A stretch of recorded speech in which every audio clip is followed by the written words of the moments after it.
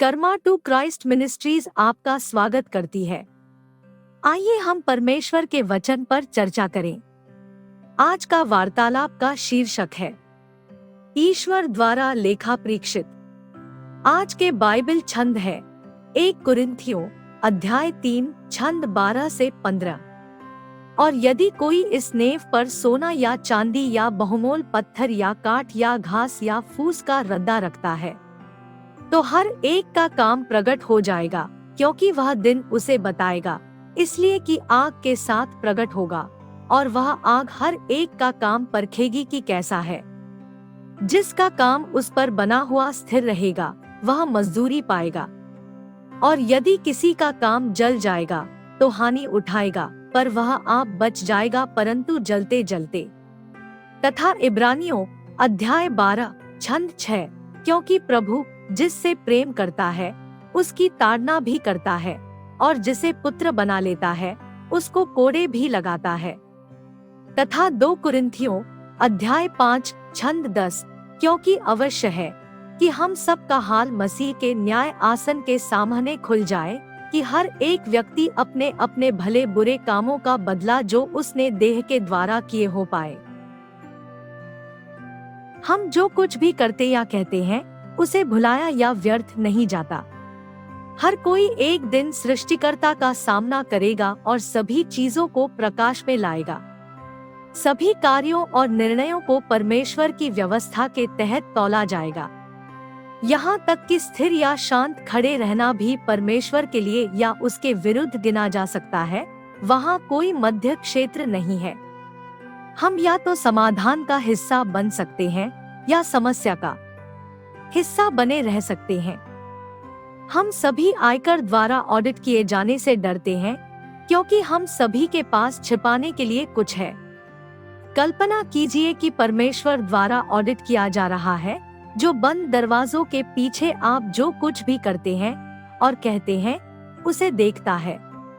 1 कुरिन्थियों का वचन ईसाइयों से बात करता है। इसलिए हमारी सभी प्रतिभाएं, शब्द, समय, वित्तीय निवेश और विचार लगातार किसी न किसी चीज की ओर बढ़ रहे हैं। तुम लकड़ी, फूस और ठूंठ से या सोने, चांदी और बहुमोल पत्थरों से भवन बना रहे हो। यह सब इस बात पर निर्भर करता है कि हम किस प्रकार का हृदय बनाते हैं और किस प्रकार की नींव रखते हैं। क्या यह क्रोध, आक्रोश और स्वार्थी उद्देश्यों में था, या यह विश्वास, आशा और प्रेम के साथ था? क्या हमने दुनिया के उद्देश्य या मसीह को अपने उद्धार के रूप में बनाया है? कभी कभी हम भूल जाते हैं कि स्वर्ग में पहुंचना हमारे अस्तित्व का अंत नहीं है, बल्कि वहां और भी बहुत कुछ किया जाना और उसका आनंद लेना है। अन्यथा परमेश्वर बचाए गए लोगों के लिए पुरस्कार और नुकसान की व्यवस्था का उल्लेख क्यों करेगा? हम इस बात को भी नजरअंदाज नहीं कर सकते कि हम पृथ्वी पर 1000 साल पहले मसीह के साथ राज्य करेंगे।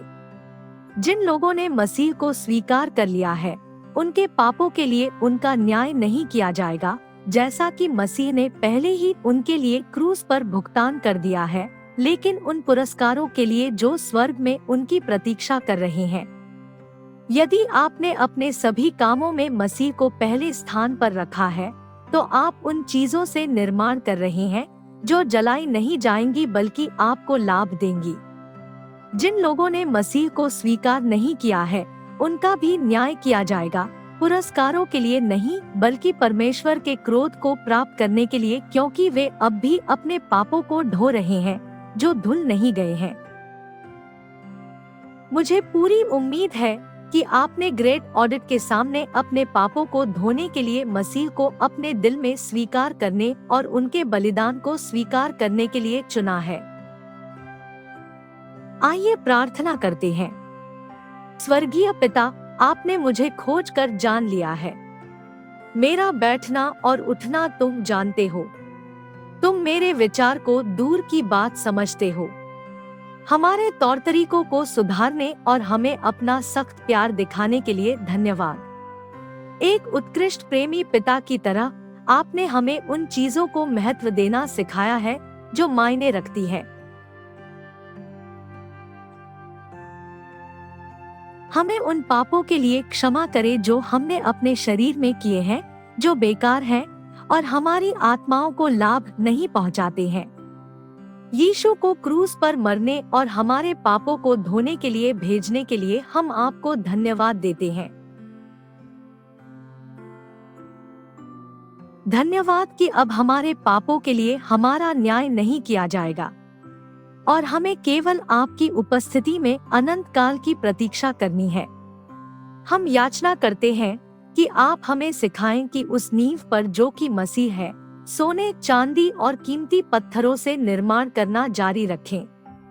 हम आपके प्रकाश में लकड़ी, घास और ठूंठ का प्रतिनिधित्व करने वाले सभी कार्यों, विचारों और शब्दों को अभी अस्वीकार करते हैं। हम यीशु के सामर्थी नाम से मांगते हैं। आमीन।